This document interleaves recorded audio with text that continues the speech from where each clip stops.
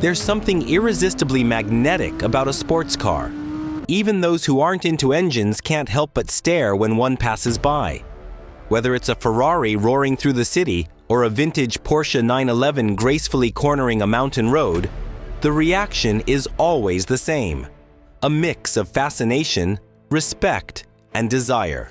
Before we dive into the heart of this story, make sure to subscribe to the channel, leave a like if you love beautiful cars, and hit the bell so you don't miss the next automotive journey. But why? Why do we continue to love these cars, even though they're small, loud, uncomfortable, and often out of reach? The answer runs deeper than you might think. It's not just about speed, and not just about design. Sports cars are the ultimate expression of driving pleasure, and true driving pleasure has nothing to do with practicality. Sports cars are pure emotion, condensed just inches from the ground. They're the kind of machines that make your pulse quicken before you even touch the door handle. Once you sit inside, you feel part of something alive. Every vibration of the engine, every metallic clink of the gearbox, every twitch of the throttle. It's a dialogue between human and machine. The steering wheel isn't just for changing direction, it becomes an extension of your hands. The seat, stiff and tight, isn't uncomfortable. It's an invitation to stay focused. Everything in a sports car is built to immerse you. And that immersion isn't just technical, it's aesthetic, sensory, almost spiritual. Look at the lines of a coupe from the 1970s. Watch how light flows across the body of a Lamborghini Countach, or how a Ferrari 250 GTO looks more sculpted than designed. These aren't just cars, they're mechanical art. The design of a sports car speaks a universal language, the language of desire. They're low to slice through the air, wide to grip the asphalt. They're uncomfortable only if you see a car as something that just takes you from A to B. But a sports car isn't about going somewhere. It's about feeling something. People don't drive sports cars out of necessity. They do it by choice, because every corner becomes a ritual. Every gear change is a note in a mechanical symphony. And it doesn't matter if you're not going fast. In fact, modern sports cars are often too fast for the real world. But what matters is how they tell you that speed, how they make you feel, even at 70 kilometers per hour in third gear, in a tunnel, with the engine singing. Then there's the culture. Sports cars have shaped film, art, and music. They're symbols. An Alfa Romeo Spider isn't just a car, it's the graduate. A DeLorean isn't just stainless steel and wheels, it's a time machine. Every generation has had its reference sports car.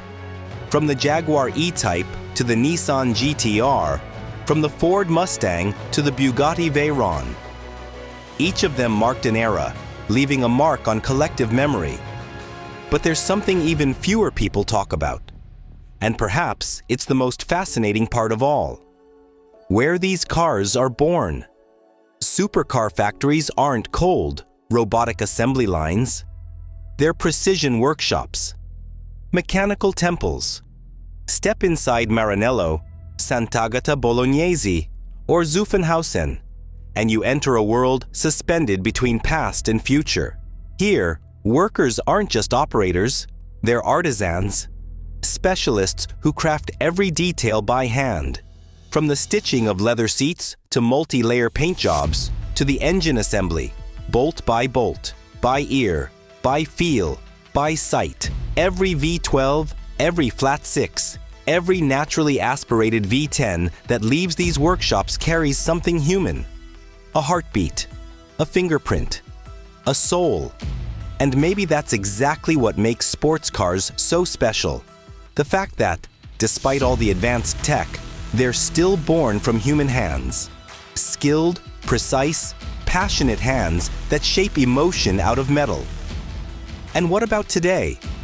Today, sports cars are changing. They're becoming hybrid, electric, silent, but they haven't lost their soul. The Porsche Taycan, the Rimac Nevera, the Lotus Emea, they may be different, but they're born from the same desire: to connect the driver to the road, to make you feel alive. In the end, we love sports cars because they remind us of something we often forget: that driving can be a pleasure, that beauty can serve a function, that passion can be engineered, designed, ignited with a key. Yes, they're uncomfortable. Yes, they're small.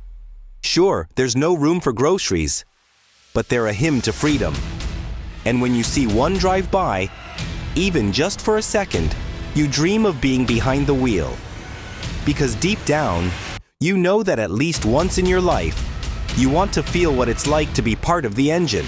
If this story made your heart beat faster, don't forget to subscribe, give it a thumbs up, and hit the bell icon, because this is just the beginning of many more rides to come.